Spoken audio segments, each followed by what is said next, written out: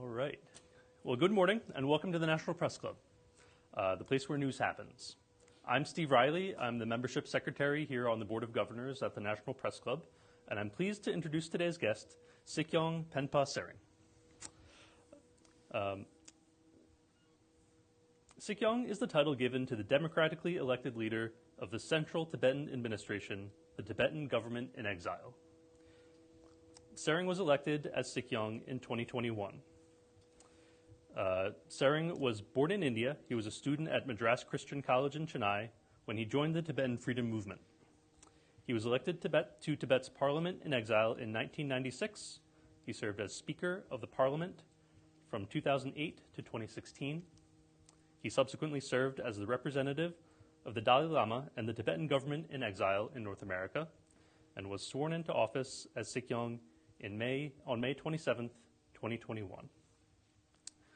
In 2021, he was elected in an election where more than 77% of the voters participated, spread across 30 countries.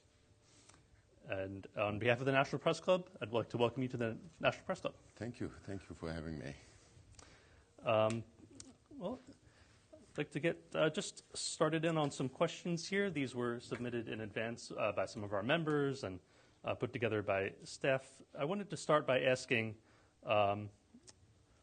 if you could describe what is it that your government wants for Tibet? What future are you seeking? In fact, historically, Tibet has been an independent state. Communist China invaded Tibet in 1950, and in 1959, His Holiness the Dalai Lama had to come into exile and started this government in exile. So one of our main responsibilities is to resolve the Sino-Tibet conflict, and His Holiness has adopted what is called as the middle way approach or the policy to resolve the Sino-Tibet conflict in a non-violent, negotiated, mutually beneficial solution that would be lasting. If you look around conflicts around the world today, you don't know whether you're resolving one problem or you're creating more problems in future. So whether we like it or not, we lived on that Tibetan plateau, the biggest plateau and highest plateau on earth, which has become an open-air prison right now. We don't have an Indian mythological god like Hanuman to lift Tibet out of that place and put it somewhere in the Pacific or the Atlantic near the United States. So whenever we get to go back, we have to live with our neighbors, Chinese, Indians, and we lived as neighbors for centuries. And His Holiness always thinks about the larger interests of humanity, and he always appreciated the concept of European Union. Even now, His Holiness says that if it had not been for the concept of European Union, Europeans would still be fighting with each other. So if that can be applied to Europe, then why not Tibet? And Tibet enjoys a very geographically strategic significance in that whole region, even though it's landlocked. It's huge. It's known as, we call our land as the land surrounded by snow mountain ranges. The environmental scientists call Tibet the third pole because Tibet has the largest amount of glaciers and permafrost aside from the two poles. And Asians call Tibet as the water tower of Asia. So considering the importance, the geographical, strategic importance of Tibet, we feel that if there is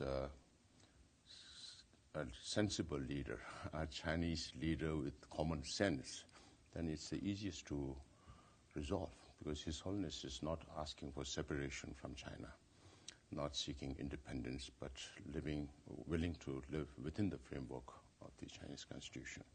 But unfortunately, the response from the Chinese side has not been positive so far.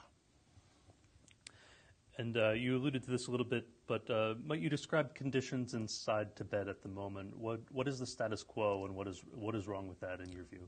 As I mentioned, it has become the biggest open-air prison in the world, and there is no human rights whatsoever. It's more like George Orwell's 1984 coming into reality, where the state surveils and controls the population, and between 2009 to 2022, 157 Tibetans have self-immolated, hoping against hope that the Chinese government will pay some attention to their plight or the international community will come to their rescue. But unfortunately, particularly under President Xi Jinping, since he came into power, the whole policy is directed towards eliminating the identity of the nationalities, including Tibetans. So they are striking at our language. We have a language that is among the 15 oldest languages in this world. And the Tibetan religion, which is very unique, Tibetan Buddhism. And then based on that, we have a Tibetan culture based on nonviolence and compassion. And then the importance of Tibetan environment is not only important for Tibet, but for the whole region and for the whole world.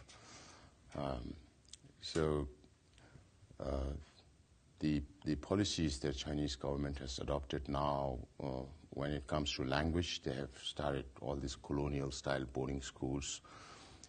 Chinese government talks about Western colonization of China, 100 years of humiliation and all that, but they don't talk about China's colonization of Tibet. So China always has this contradiction in itself, what they express to the world and what they're actually doing inside China are two different things. And we have an audience question that's a good follow-on Sure. to this. Can you tell us about the state of press freedom in Tibet? Press freedom does not exist. There is no media, there is no civil society. Just this morning, I received information that the Chinese ambassador called up the RTS television and radio program where they were doing a program on His Holiness Reincarnation. And the ambassador called and asked them to stop this. The RTS didn't listen, so they hacked their website. And they were not able to finish the broadcast. That's why I keep saying the Chinese government is the biggest publicity agent for us. Even if we have millions of dollars to hire lobbyists, they won't be able to generate the kind of publicity that the Chinese government does for us. So this will, of course, become a bigger issue because China not only controls media in China, but they are controlling media outside China in the free world. So media and press freedom and civil society just does not exist in Tibet. I was hoping to ask about your trip to, obviously we're here in Washington, D.C., and you've been meeting with elected officials here in the United States. What do you see as kind of the objective of your meetings? What are you hoping are the outcomes of some of your interactions with American officials? During this visit, I was in Czech Republic for the Forum 2000. I met several leaders, global leaders, and then we were in Germany. I was in Mexico, and now here in the United States, because a lot of people don't understand the motivations of the Chinese government, what they're doing around the world, particularly in countries in Latin America and Africa, all this. So while in Mexico, I was asking the students, I spoke at Guadalajara University, and Itasco University, and congressmen, Congress people at the local level, I asked them, have you heard about Palden Road Initiative? And they shake their hand. So I say, if you have not heard about Palden Road Initiative, you don't understand anything about China. So we need to create more awareness about what China is doing, and also the fact that liberal democracies are really strengthening authoritarianism. There were also reports about American tech firms from the Silicon Valley helping the Chinese government in supplying technology and know-how on surveillance and control inside Tibet. So this is also something that needs to be known. And some of our friends say, oh, the dragon is biting at us, dragon meaning China. So I tell them, dragon at one time was very weak. Who made the dragon so strong to be able to bite back at you? it's the liberal democracies. It's United States. We don't have to read too many books. Just read one book, Kissinger on China. It's the European Union. When I talk about the countries that I visited over the last few days, Mexico has a trade deficit of 115 billion, and they sell only 10 to 15 billion to China and buy 130 billion from China. So you have a deficit of 115 billion. United States have more than 300 billion trade deficit with China. All the 27 European Union nations have 400 billion trade deficit. That alone comes to about 800 billion. And China, with a surplus of more than $1 trillion, spend it on space technology, on robotics, on dual-use technology, on artificial intelligence, military, and Belt and Road Initiative, creating all these dead economies around the world. Now, countries in Latin America and Africa are suffering because they are not able to pay back the loans on the conditions that have already been set. So you hear about delegations of African nations going to China to restructure loan payment. So nothing comes for free from China. That's what we have to make the world know, the reality of China. In the United States, of course, you have a lot of think tanks that study China. It's good because politicians don't have the time. So you need think tanks in countries like Mexico, Latin America, Africa to understand what China is doing. Because by creating debt in the Asian region, China has already taken over part of Sihanoukville port in Cambodia because Cambodian government is in almost 40% debt with China. They're not able to pay back the loans, so they have taken over a very strategic part of that port. And they have already taken over the Coco Islands in Burma. China built a port and an airport in Sri Lanka, hoping to increase trade in the what they call the Maritime Silk Road. And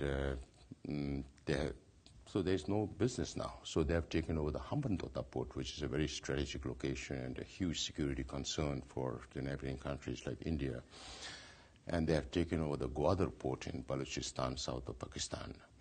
And they are also building what they call CPEC, China-Pakistan Economic Corridor, spending about $60 billion connecting Gwadar port with mainland China. So China has access to the whole of Arabian Sea.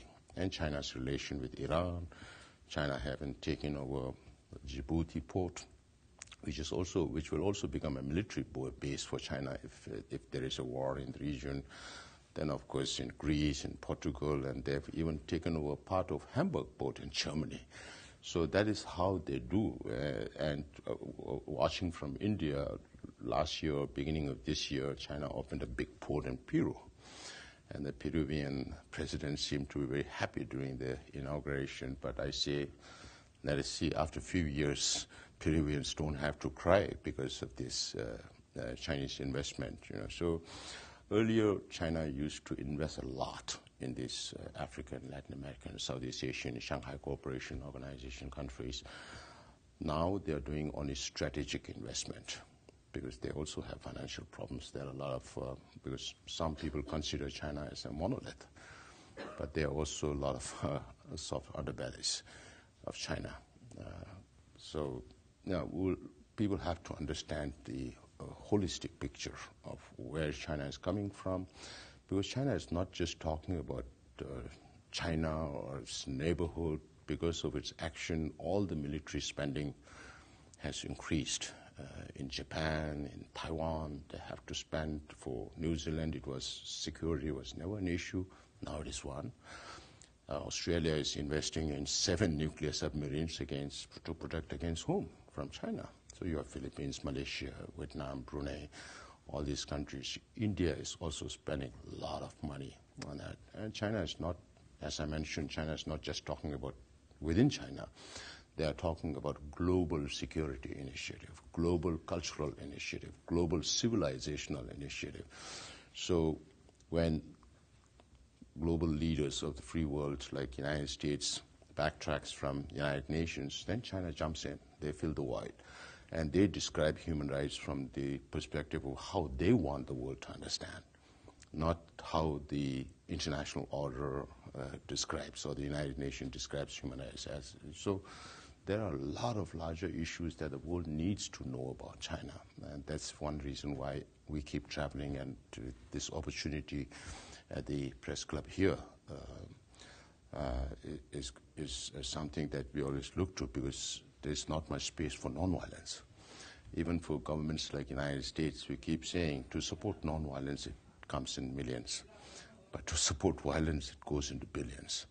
So we have to promote nonviolence as a means of resolving problem at the same time.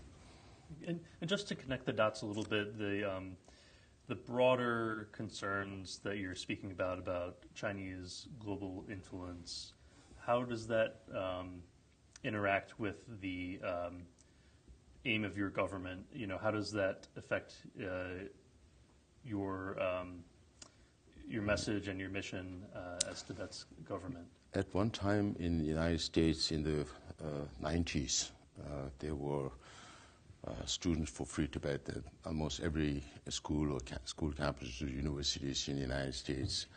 We had famous singers supporting, Hollywood stars supporting Tibet. Even now, Richard Gere is there. But there was a lot of awareness on Tibet, mainly because of His Holiness leadership. And then from 2000 onwards, 2001, China became a member of the World Trade Organization. China also had the opportunity to organize their coming out party, the 2008 Olympics, which was granted in 2001 again. And the world hoped that if China becomes globalized, but becomes part of the international community, they will become more responsible. And everybody was doing trade with China, and China was also increasing its liberation trade and economy. And from that time onwards to now, if we look at China, it has not moved in the direction that the free world wanted. You know, now they realize after the pandemic, the COVID and all that, the world is waking up to the reality of China. And everybody wants to know more about China. That is why there's a little more interest than there used to be before. So it's just a cycle, and the world has to be concerned about China. You see the parade that Chinese government organized, and you have Xi Jinping, you have Putin, you have Kim Jong-un, you have Iranian leader, you have Lukashenko from Belarus. So all the good guys, the so-called good guys, are together. So what does that show to the world if free democratic nations don't come together and make sure that you don't strengthen China because of your business with them? For business people, it's business, making money. They don't care about human rights. So this ethics also need to come into business. It's not just making money. The whole idea of all of us living together is to live in harmony with each other. People should have human dignity. Unfortunately, that is not what China wants in this world. They want to rule the world. And speaking of the Chinese government, in July you told Reuters you saw no space for any negotiation with China on greater autonomy for Tibet. I was wondering if that is still the case, and what your relationship, if any, with the Chinese government is at this time. I have admitted to some kind of a back channel with the Chinese, but that is nothing of consequence. If you look at what Xi Jinping is doing, we already talked about the human rights situation and the policies that the government has adopted in eradicating the identity of all the nationalities, including the Tibetans. Then there don't seem to be much space for concrete result, even if we manage to reestablish contact and have negotiations. That's why I keep saying, if you have good surgeon in your country, let's bring one Chinese leader after another, do brain surgery, put common sense and send them back. That's all they need to resolve the Sino-Tibet conflict. But unfortunately, under President Xi and the present leadership, there's no space, and it's very unlikely that there will be a result, even if we manage to reestablish contact. And what has the CTA's relationship with the American government been on your mission for greater autonomy, and how do you see the American government in this whole picture? In fact, His Holiness came into exile in '59. He traveled to few Asian countries in '67 for the first time. Then '73, he visited Europe for the first time. And in '79, when there was this establishment of formal relations between the Chinese government and the United States government in 1979, that was the first time that His Holiness visited the United States. And in 1987, His Holiness spoke to the Human Rights Caucus here in the United States about the 5-point peace plan, which was the first documented proposal from His Holiness on how to resolve the Sino-Tibet conflict. And since then, the United States have been very proactive. Of course, we had our relations much earlier than that with CIA and all that.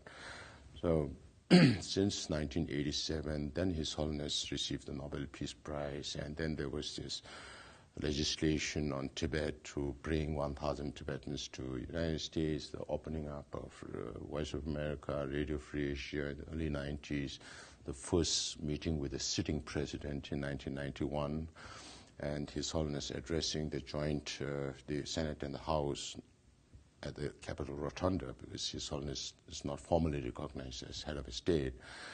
And all this developed into the appointment of special coordinator for Tibetan issues in 1997. And then just after the 2001 China's entry into WTO, there was this Tibet Policy Act of 2002, now which has been amended to Tibet Support and Policy Act of 2020. So because of the leadership of His Holiness the Dalai Lama, we have very good bipartisan, bicameral support in the Congress. It continues to be so. Whenever we come here, we always have very good access to both the Republican and Democrat leaders. And the TPSA, the Tibet Policy and Support Act, Tibet Support and Policy Act, was signed into law by President Trump during his first presidency. And from 2022 to 24, we have been working on an act called the Resolve Tibet Act, which was signed into law by President Biden last July. So we have this ongoing engagement with the Congress, with the State Department. The Secretary Rubio, when he was a senator, he had championed the cause of Tibet in the Congress. And of course, there was this cut in foreign assistance globally. We also became part of it, but we worked with the government to get at least half of that funding back. So we have to keep consistently working with the United States government, and we're very appreciative of all the support that we have received so far. We hope that the support will continue. And we had an audience question on the related to that. How has the defunding of USAID and its impact on Radio Free Asia affected news services in Tibet? Radio Free Asia and Voice of America has played a very important role in not just talking about the Tibetan issue globally, but then also about American values to the Tibetans inside Tibet. Of course, there are a lot of jammings and all that, but despite all that, information does get through to Tibet. Now, after the defunding of Radio Free Asia and Voice of America, people are feeling the void already. From within Tibet, we receive messages like they can't say it directly, so they are saying we are missing our morning tea. Those kind of messages being sent from inside Tibet. So we are still hoping that there would be some space for the funding of the Voice of America and Radio Free Asia, which are very, very essential tools for information dissemination within Tibet. And with regard to the USAID cuts earlier this year, President Trump later reinstated, as you mentioned, about $6.8 million in aid for Tibetans in South Asia. Can you tell us about how that funding affects the lives of Tibetans? Of course, much of our the reason why we exist as Central Tibetan Administration or the Tibetan government in exile is mainly because of the generosity and hospitality of the Indian government. And besides that, the United States is a second benefactor for us. So every penny counts for us. That helped build the resilience of the Tibetans to counter China, because we have always been at the forefront of countering China for the last 65 years. So those funding are very essential, not just to take the Tibetan movement forward, but also keep the Tibetan community intact. It's not just countering China politically, but also we have to look after the cultural aspect of Tibet, the religious aspect of Tibet, which has been already destroyed in Tibet. You know, because of China's occupation, some 6,000 Tibetan monasteries were destroyed inside Tibet, and 1.2 million Tibetans died or were affected as a direct or indirect result of China's occupation. So we have been, under the leadership of His Holiness Dalai Lama, be able to establish many religious institutions, cultural institutions, linguistic institutions in exile. To sustain all these fundings are very, very essential and has played a very important role in our capacity building and building our resilience.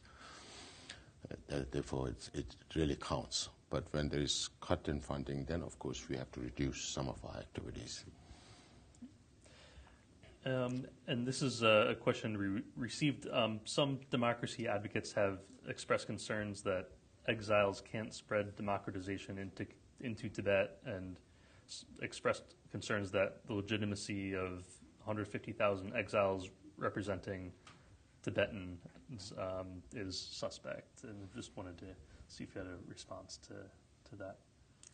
Tibetans inside Tibet don't have the freedom to speak their mind. So they look up to His Holiness the Dalai Lama. They look up to the Central Tibetan Administration to represent themselves, because otherwise the voice of Tibetans inside Tibet doesn't reach anywhere. And that's how we represent the Tibetans inside Tibet. Now, if you really want to know the legitimacy of us representing the Tibetans inside Tibet and all that, I think you should look at some of the secret documents that the Chinese government has collected over the years. And periodically they do that to understand the loyalty of the Tibetans towards the Communist Party or towards His Holiness the Dalai Lama. Even though there is no freedom, but we have received some documents from inside Tibet that says that Chinese government is still very, very worried about people's loyalty to His Holiness and to the exiled government rather than the Communist Party. So if Communist government what they say is true, like Tibet is a socialist paradise, then why don't they allow people like you to come into Tibet? See for yourself, apply for a visa, whether you will get a visa to go to Tibet or not. So if Tibetans inside are very happy with the Chinese government, then why should Chinese government shut Tibet off from the world? So there are all these discrepancy in factual matters, and we know that we are representing Tibetans inside Tibet. We know that Tibetans inside Tibet are looking at us to represent them to the outside world, and that counts for our legitimacy. Thank you. And I'd like to ask about a process going on in Tibet, in your among Tibetans. Just days ahead of his 90th birthday, the Dalai Lama announced that there would be a search for his successor. Can you talk about how that process is unfolding and what that means for your people? Yeah, the only document that was available before the 90th birthday was a September 2011 document wherein His Holiness says that when he reaches the age of 90, he will make a statement. So, and His Holiness has responded to different questions in different ways. When he was asked whether the next Dalai Lama could be a woman, His Holiness says, why not? Mothers have a natural, compassionate feeling towards the children. And when he's asked whether it could be an emanation, which means appointing somebody as his successor before his death, His Holiness says that's also possible, because that practice was not widely used in Tibet, but that practice was also there. And sometimes His Holiness has even said that I could be the last Dalai Lama. So we needed, for the Tibetans also, we needed some confirmation from His Holiness as to what he wants with the institution of the Dalai Lama Trust or with the lineage. So Tibetans across the world beseeched His Holiness to continue the Kandem Podang Trust of His Holiness the Dalai Lama and also continue the lineage. So based on those requests, because His Holiness has been saying since 1968-69 that the future of whether there should be a next Dalai Lama or not will be decided by the Tibetan people. So on the July 2nd, His Holiness confirmed that the Kandem Podang Trust of His Holiness Dalai Lama will continue, and this trust will be responsible for choosing the next Dalai Lama in consultation with other head lamas of different Buddhist traditions, and also in consultation with oracles that have had generations of relations with the successive Dalai Lamas. And the lineage of the Dalai Lama will continue. So, of course, there are many people don't understand the process. Even I was asked here in the United States by a top leader that you don't seem to have a process in place. I said, that's your perspective. But if there's one thing that China cannot handle is unpredictability. So His Holiness has confirmed these two, but again, His Holiness keeps saying that I'll live for another 2 decades or more. Since this Tibetan New Year, His Holiness says I'll live up to 130 years of age. So I tell our Chinese friends, this message is for you, because you are waiting for this Dalai Lama to die. They are not concerned about the living 14th, but they are more concerned about the yet to come 15th, because they know that if they can control the Dalai Lama, they can control the Tibetan people. So, you know, the statements that came from His Holiness, there were 216 media people in Dharamsala for that occasion, for their 90th birthday. And I think that was a good education on the process of how this will be done. But even now, His Holiness has not specified whether it will be emanation or reincarnation. It points more towards reincarnation. So that happens only when His Holiness dies, you know. So that's why we have also been making efforts with the United States in 2020, which President Trump signed it into law. There was this element on His Holiness reincarnation, that any Chinese official who will be responsible for choosing the next Dalai Lama could be sanctioned by the US government. And it's a law here. And I was also in London and Berlin end of June this year. And these two governments also assured us that they will issue policy statements on His Holiness reincarnation. So on July 6th, on the day when His Holiness, the official celebration of His Holiness' birthday, there were statements from UK, Germany, France, Holland, Iceland, Estonia, and Lithuania, 7 countries. The human rights ambassadors issued a joint statement about the religious freedom for the Tibetan people and the right to choose their reincarnation. China has 3 positions on this. One is that they will look for His Holiness reincarnation within China or within Tibet. So which means a communist government that does not believe in religion is ordering His Holiness not to be reborn outside Tibet. So the 3rd Dalai Lama, the fourth Dalai Lama was born in Mongolia. The 6th Dalai Lama was born in India. So the whole idea of reincarnation is for the particular Lama to carry on the responsibilities of the previous reincarnation. So His Holiness' response is, I'll be born in a free world.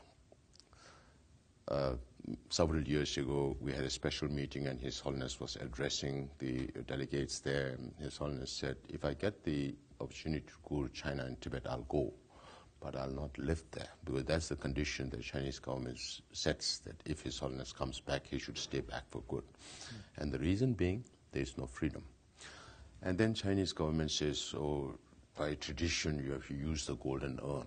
my argument is the Golden Urn is supposed to have been introduced in 1793, but there is no documental evidence about this guideline. Some call it ordinance. So we're going to have an international conference on this, that there's no basis for this. Even if it was there, let us say, during the Tsering, when there was some influence over Tibet in 1793, there have been 8 Dalai Lamas before that. And those were chosen through the traditional means. So does the Chinese government mean to say that the 8 Dalai Lamas before 1793 were not real Dalai Lamas? Or that was not the real tradition? That was the tradition, and that needs to be followed. Even if that kind of a process was there, it should have been used for the 9th Dalai Lama. That was immediately after 1793. It was not used. It was rarely used. It was used in the case of the 11th Panchen Lama that they chose, and through manipulation, again. So Tibetans don't believe in the Chinese Panchen Lama because they say he's just another leader. And to show their displeasure, they cannot sell the picture of the Dalai Lama, recognized Panchen Lama. We don't know whether he's alive or not. And they don't want to sell the Chinese Panchen Lama's pictures. So if you go on the streets of Lhasa, you will see the picture of only the 10th Panchen Lama. So that is how Tibetans show their displeasure. And the third point is Chinese government wants to be responsible for recognizing what they call as living Buddhas, we call reincarnations. And because of that, they set a law as far back as 2007 called Order Number 5. That's also the reason why I keep saying the Chinese government is waiting for this Dalai Lama to die. So a communist government that does not believe in any religion wants to be responsible for choosing reincarnation. That's why His Holiness always has a very humorous and wise way of responding to this, by saying that if the Chinese government is really serious, then they should look for Mao Zedong's reincarnation. They should look for Deng Xiaoping's reincarnation. Now, even Jiang Zemin is not with us. Then maybe the Dalai Lamas. And for that, they have to study Tibetan Buddhism and believe in the concept of life after death. Without that, you cannot be responsible for choosing a spiritual leader.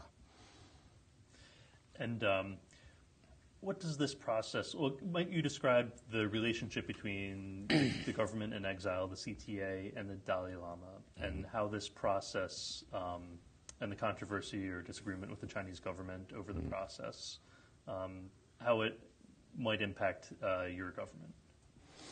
It might. Of course, His Holiness not being there maybe from 20, 30 years down the line with us will be a big setback for the Tibetan movement. But His Holiness has been a visionary, a true democrat. We tried to live under the so-called 17-point agreement for 8 long years. And during those years, His Holiness was in China in 54, 55, met with Mao and Zhou Enlai and Tu Dai and all those leaders of those times. And His Holiness also saw that Communist China looked very disciplined, but there was no freedom.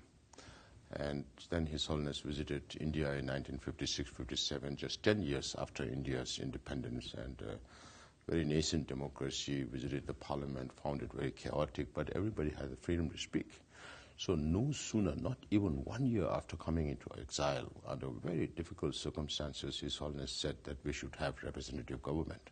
So he knows that, in fact, many of my father's generation, they never thought that we will have to live in exile for 65 years, because even during the 13th Dalai Lama, when British India invaded Tibet, Tibet's capital, then His Holiness 13th Dalai Lama had to flee to Mongolia and then China, and then came back in 3 months.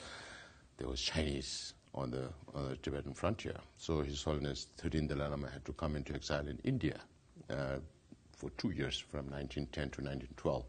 So during the 14th Dalai Lama also, everybody thought they will get to go back very soon.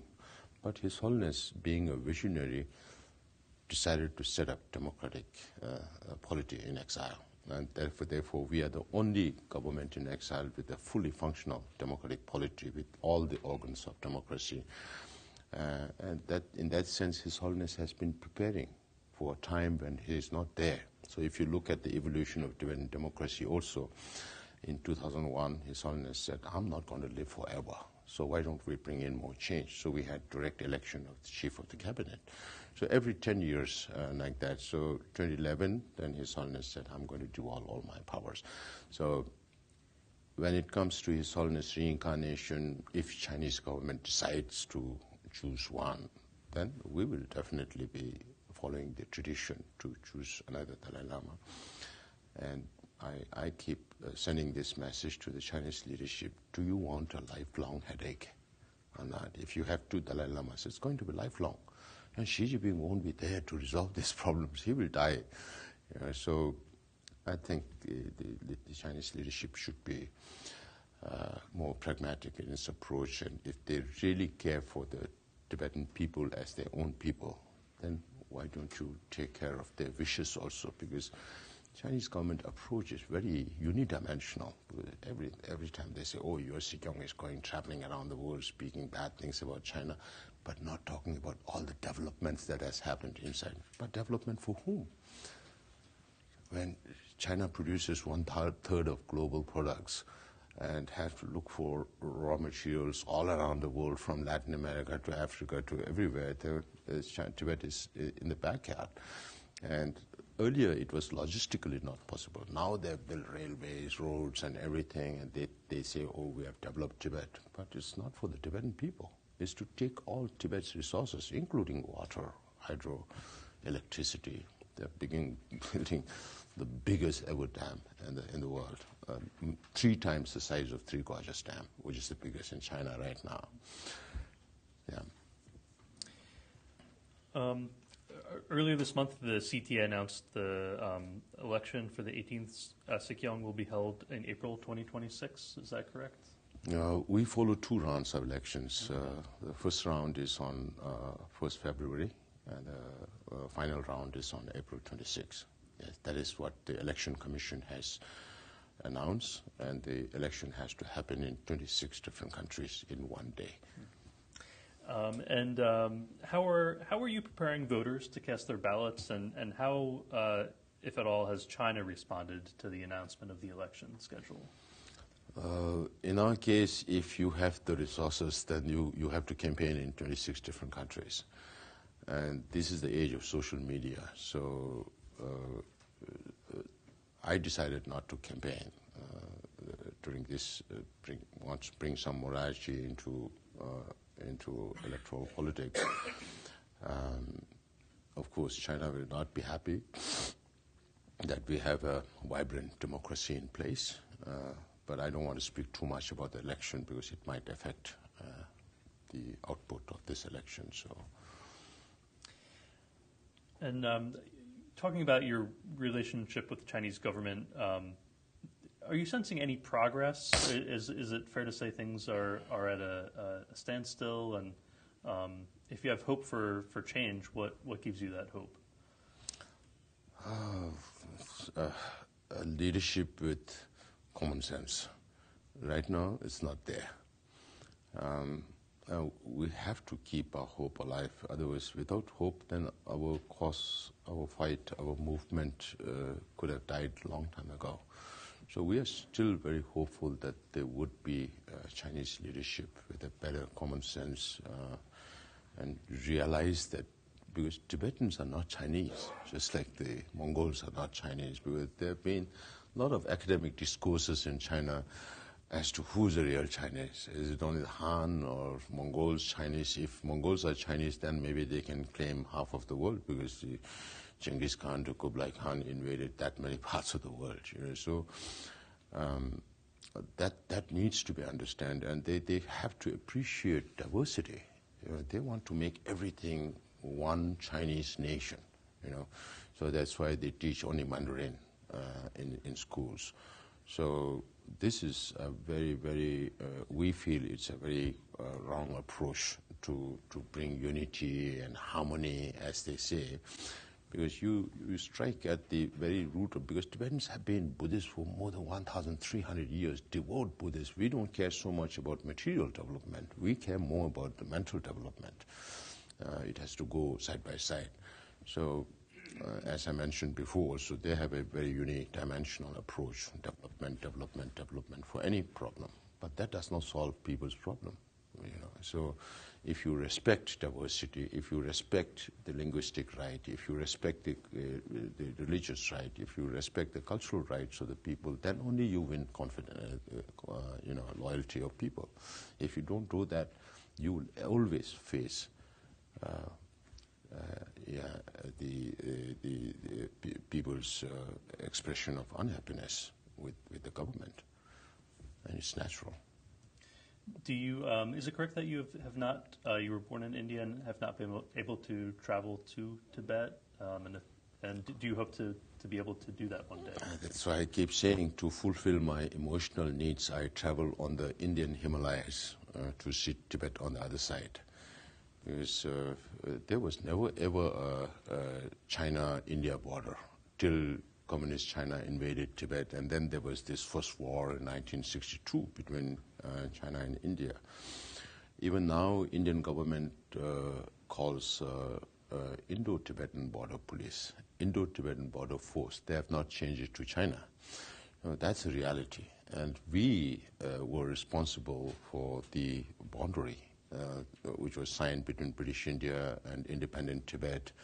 And there was a Chinese plenipotentiary participated in the first round, but didn't ratify that. But Tibet signed the border, which is now defined as McMahon Line, between India and Tibet. Yes, it's not possible for me to go to Tibet, but we hope to go back one day. And I'm just going to turn to a couple more audience-submitted questions. Yeah. We have one about a 22-year-old student on break from her studies in Europe in July was arrested for, quote, inciting separatism, end quote, through her contributions to a pro-Tibetan newsletter and social media posts. How does this arrest affect the freedom of speech for Tibetans living around the world? And do you think they are less likely to be vocal about their culture due to these threats? It's not a Tibetan, it's a Chinese student. I'm sorry. Chinese Youth for Tibet. So you have sensible Chinese citizens also who believe that Tibetans should have freedom. So they have been voicing their support for the Tibetans, and anybody who has a background of supporting Tibet, particularly if it's Chinese, she was arrested. It's very unfortunate. Now, we don't know where she is. She could be under a lot of stress with torture and all these things happening.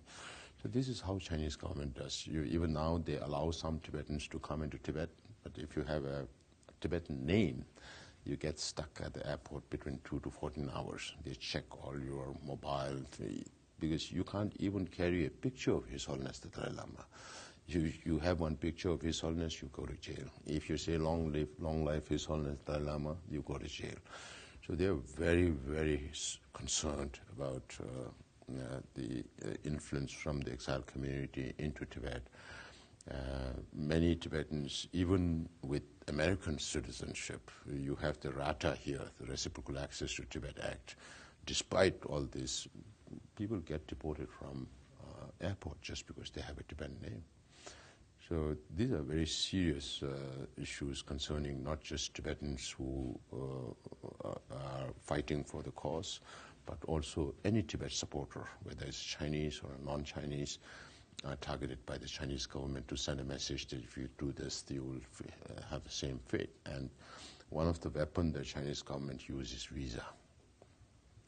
Even Chinese, living here, if you listen to all the influence operations that China is doing, it's not just political. Now it's cultural, economic, educational. They use all kinds of institutions to influence the global community. So a lot more countries are doing a lot of studies on how China is influencing their communities. When I was in New Zealand and Australia, I was told that these are the two countries, because they are far away from the Western world, but they are part of the free democratic world. So when I was in New Zealand, nobody was willing to talk about China, whether it's politicians or educational institutions or financial institutions. Everybody's fingers and toes are stuck there. Only now, lately, they are speaking about China's interference, hacking of their parliament website alongside the Five Eyes. So these are new developments that are happening. And because of such activities, also there are self-censorships. It does impact, but this is also the reality of what China is. They talk about freedom, they talk about harmony, but a person expressing support for Tibet also gets such punishment. And another question, turning back to your government CTA's relationship with the United States. This week's President Trump is scheduled to meet with President Xi Jinping. How do you see the issue of Tibet's freedom fitting into those negotiations? What do you hope to see? At this point of time, we don't know, because I think President Trump's priorities are fentanyl, rare earth, and soybean. So it looks like they've reached a framework, but there's no definitive solution or an agreement that's forthcoming. So we'll get to know by tomorrow when President Trump meets with President Xi. But you can understand how China is playing economics as a tool to put pressure on every government. As we speak, President Trump is in South Korea for the APEC, and they will talk, because I think the secretaries who are accompanying President Trump has also mentioned about the issues they have discussed, including rare earth. So rare earth is being used as a chokehold on the Western nations. As we speak, there is also a delegation from the Chinese government at the European Union to negotiate on rare earth. So China is playing all these games. When I was in Europe, people say, oh, China is using charm offensive again with the Europeans. But it's not charm offensive. They tell me it's coercive economics, because now you see with the U.S. government's raising of tariffs, with the continuous truce that has been happening, the Southeast Asian countries have seen 20-30% of increase in imports from China. Likewise, other countries, even in Europe, they are seeing more than 20-30% of increase of imports from China, because they have to sell all this overcapacity that they have. So they have to look for markets. And whether it is through peaceful means or through coercive means, they are asking other governments to buy. Otherwise, it just remains in inventory in China. And China is the only country that has a deflationary trend, whereas you have inflationary trend everywhere, because domestic consumption is not increasing, housing collapse, which composes about 25-30% of China's GDP. Now they are focusing on manufacturing, economy on scale, and pushing their products all around the world. So this will have a detrimental impact on developing countries who will not be able to compete prices of productions that they have domestically. So that will kill all the small-scale industries and medium-scale industries in these countries. If you listen to finance ministers of Southeast Asian countries, they are very worried. And China is talking about zero tariff. Why? Because China doesn't need to buy so much from other countries because they produce so much. They need to sell to others. And to do that, they're promoting these ideas, telling the world, oh, we need free trade, and U.S. is not being fair. We already talked about U.S. trade deficit with China, and you have both tariffs and also non-tariff, currency manipulation. All that is happening with China. So China also needs to be much more pragmatic in its approach, because you heard the foreign minister saying, oh, U.S. has to come halfway. So they could take the goalpost further away and then say you come halfway. Then you're going 100%. That's how China plays the game, and create leverage all the time whenever there's a summit coming up or a meeting coming up. So the rare earth embargo on rare earth exports and exports of machineries and know-how, everything has been stopped just to create leverage for this summit. And so we have just a couple minutes left. Before I ask the final question, I just want to take a moment to thank the Headliners team leader, Jen Judson, and the whole Headliners staff, Club Executive Director Didier Soggy, and the club staff for making this event possible. Thank you. Thank you to our audience for being here today, and I would like to present you with the National Press Club mug as a small token of our appreciation for visiting us this afternoon. Thank you so much. And for our final question, you talked about all of the countries you're visiting on this trip and the way Chinese global influence is affecting those countries. What is your message to American leaders, to leaders of those nations about what you'd like to see from their governments to help your people? One thing, China respects only strength, not weakness. So if you kowtow more and more to Chinese, then I said, right now you are on your two legs. Then your hands will also become legs. Then you will become a donkey. Then China will keep riding you. So I think America has woken up to the reality, just as other countries are also waking up to the reality. But unfortunately, countries like European Union, they don't have for a common foreign policy or a common trade policy. So China uses the same thing the colonials used to use against the colonies of divide and rule, carrot and stick, and all that. So this is a wake-up call for the world. And the second thing is, as I mentioned earlier, knowing that the dragon is biting at you, if you still keep feeding the dragon, then whose fault is it? If the democracy strengthens authoritarianism, then you are promoting authoritarianism. You don't want authoritarianism in your country, dictatorship in your country. Even in Mexico, I was saying, you're not very far away. You have Maduro very nearby. You have Cuba nearby. And all these are supported by China. Without the backing of China, it's not possible for these authoritarian regimes to survive. Even the sustenance of war in Ukraine is because of China's support for Russia. So I think these needs to be understood in the long term. Don't just think about the short-term benefits of doing business with China, but the long-term interests of your own country. That is the message I want to send to global leaders. Sikyong, thank you so much for being at the National Press Club. Thank you so much, Steve. Thank you.